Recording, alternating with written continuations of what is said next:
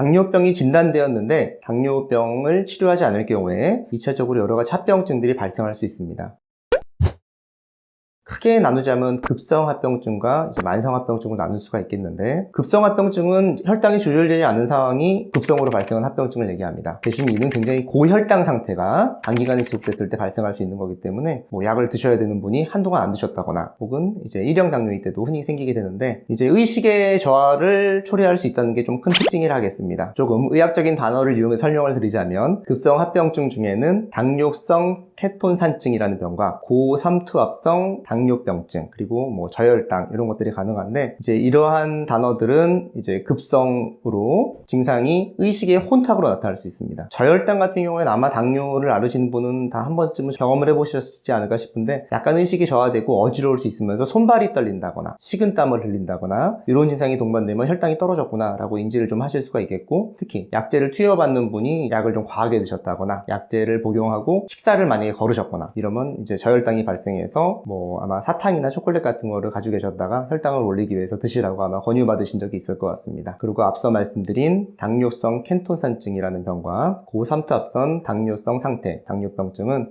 약간 삼투압과 관련된, 혈당이 굉장히 올라가면 쉽게 말하면 피에 있는 액체 성분이 줄어들고 점성이 올라가게 됩니다. 그로 인해서 2차적으로 생기는 의식곤탕을 얘기하는데, 이러한 의식의 저하는 응급실을 방문해서 중환자실까지 가야 될 좀 무서운 합병증입니다. 중환자실에서 굉장히 집중 관찰을 하면서 적절한 처치가 이어져야 되고, 탈수에 대한, 아까 수분이 좀 적어서 찐득찐득해진다는 표현을 썼는데 수분의 공급이 필수적인데, 여튼 이러한 급성 합병증은 초기에 적절하게 관리되지 않으면 사망할 수도 있기 때문에 중환자실에서 치료가 필요한 좀 무서운 질환입니다. 또한 만성합병증은 말 그대로 오랜 기간 동안 당뇨를 치료하지 않았을 때 생기는 합병증인데, 아까 심혈관계 합병증이 가장 흔한 합병증 중에 하나입니다 말씀드렸는데, 당뇨 환자의 사망률이 약 75%가 결국 심혈관계 합병증으로 인해 사망을 하게 됩니다. 협심증이나 심근경색 등이 당뇨를 치료하지 않았을 때 발생할 확률이 높겠고, 이러한 심장질환은 사망으로 이어질 수 있는 무서운 만성합병증 중에 하나입니다. 또한 작은 혈관들, 미세혈관들을 침범해서 생기는 여러 가지 합병증들도 존재하는데, 3대 합병증들이 존재합니다. 미세혈관으로 인한 3대 합병증은 당뇨성 망막병증, 눈에 영향을 주기 때문에 실명을 유발할 수 있겠고요. 그리고 당뇨성 신병증, 신장, 콩팥 기능을 망가뜨리고 결국 소변을 만들어내고 몸의 노폐물을 배설시키는 장기인 신장의 기능을 떨어뜨려서, 만약에 당뇨를 오래 치료하지 않을 경우에는 이런 신부전으로 인해서 투석이나 신장 이식을 받아야 되는 경우도 있습니다. 참고로 우리나라에서 투석을 받는 신장병증의 가장 흔한 원인이 당뇨가 되겠습니다. 그리고 신경병증도 가능하다고 말씀드렸는데, 여러가지 감각신경이나 운동신경의 이상으로 인해서 감각이 둔하다거나 찌릿찌릿하다거나 아니면 통증 같은 걸 느끼는 중에 증상 등도 있겠는데, 역시 당뇨를 오랫동안 치료를 하지 않고 방치했을 때 생길 수 있는 합병증입니다. 그 밖에도 기타 인지기능에도 영향을 줄 수 있어서, 당뇨를 치료하지 않은 경우에는 알츠하이머와 같은, 또 혈관성 치매 같은 인지기능에 영향을 줄 수 있는 뇌질환도 훨씬 더 많이 발생하는 것으로 알려져 있기 때문에, 이러한 합병증을 예방하기 위해서 당뇨병에 대한 치료가 필수적이라 말씀드릴 수 있겠습니다. 앞서 당뇨병을 관리하는 데 있어서 생활습관이 중요하다, 좀 더 구체적으로 말씀을 드리면 운동과 식습관에 대한 개선이 좀 필요하고 도움이 될 수 있겠는데요.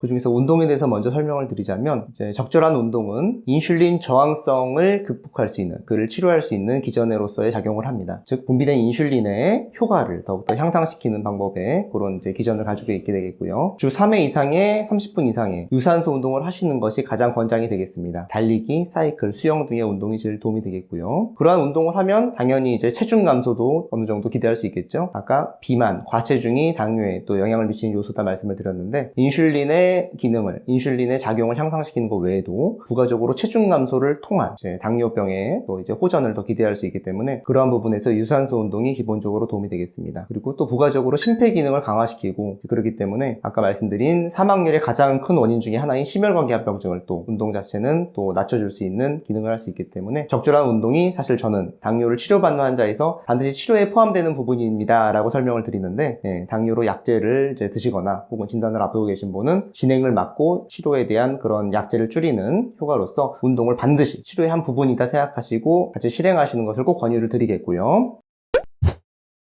그 밖에 음식도 이제 영향을 주게 되는데, 음식이라면 사실 상식적으로 생각을 하시면 되겠습니다. 그냥 포화 지방을 많이 포함한 음식이 좀 안 좋은데, 붉은색을 띠는 육류, 소고기, 돼지고기 이런 것들을 좀 잘 드시거나, 특히나 가공육들에도 이제 포화 지방이 많이 포함되어 있는데, 뭐 베이컨, 소세지, 햄 같은 음식을 조금 좋아하시는 분은 이런 부분을 조금 더 줄이는 게 당뇨병의 진행을 좀 막는 데 도움이 되겠고요. 상식적으로 이제 건강하다고 생각하는 음식들이 뭐 채소류, 콩류, 두부류 이런 음식이 상대적으로 당뇨에 좋습니다. 그래서 가공류를 포함한 포화지방의 섭취를 줄이고 채식을 조금 더 하시는 부분이 체중 감량에도 도움이 되겠고 실제 혈당 수치를 낮추는데 도움이 되는 것으로 알려져 있습니다.